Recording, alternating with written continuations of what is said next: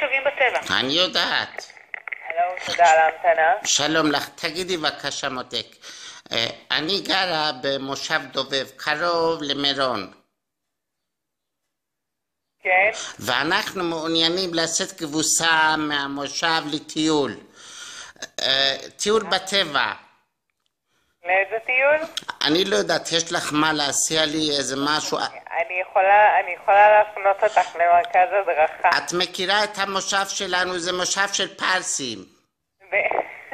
באיזה אזור אתם? אנחנו באזור הצפון. אני שהייתי קטנה הייתי מדריכה שנים כבוסות במושב, ואנחנו רצינו עכשיו כל המשפחה בסוכות לצאת לטיול מאורגן עם כולם.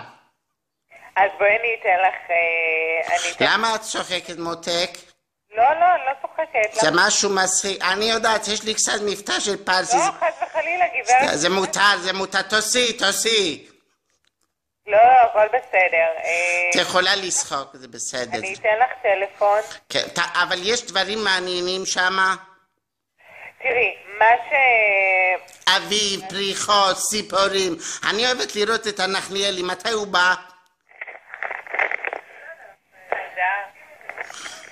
אני אגיד לך מה, אני לא מעורה כל כך בפרטים. אני מעדיפה לתת לך טלפון של מרכז הדרכה. אין לי בעיה, אני אתקשר, רק שאלה קטנה. הנחליאלי מתי בא? אני לא יודעת, אני אוכל לבדוק לך את זה. וסכנאים יש אצלנו באזור לראות אותם קצת.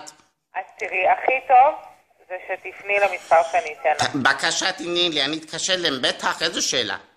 זה 04 כן. 662 כן, אבל זה בתנאי שנחליאלי בא. ואני לא בטוחה שיתחייבו אלייך. תדעי לך, זה מצווה גדולה שנחליאלי בא אחרי כיפור, זה מצווה גדולה אומרים. כן, באמת? זה אצלנו אומרים, אצל הפרסים, אם נחליאלי בא אחרי כיפור, כל השנה יהיה לבן. אוקיי. אז זה חשוב לראות נחליאלי. אם אני תופסת בגינה, אני לוקחת עכשיו אחד. אז אני אתקשר אליהם, מצחיק אותך, מותקת. תרשמי טלפון. בבקשה. 4 כן? 662 כן.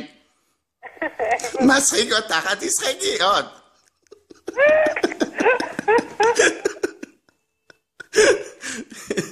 מדבר איתך לירן, אני מתחתי אותך ואת היית על הכיפק. מי זה? הרגת אותי, תקשיב, הרגת אותי. מדבר איתך לירן.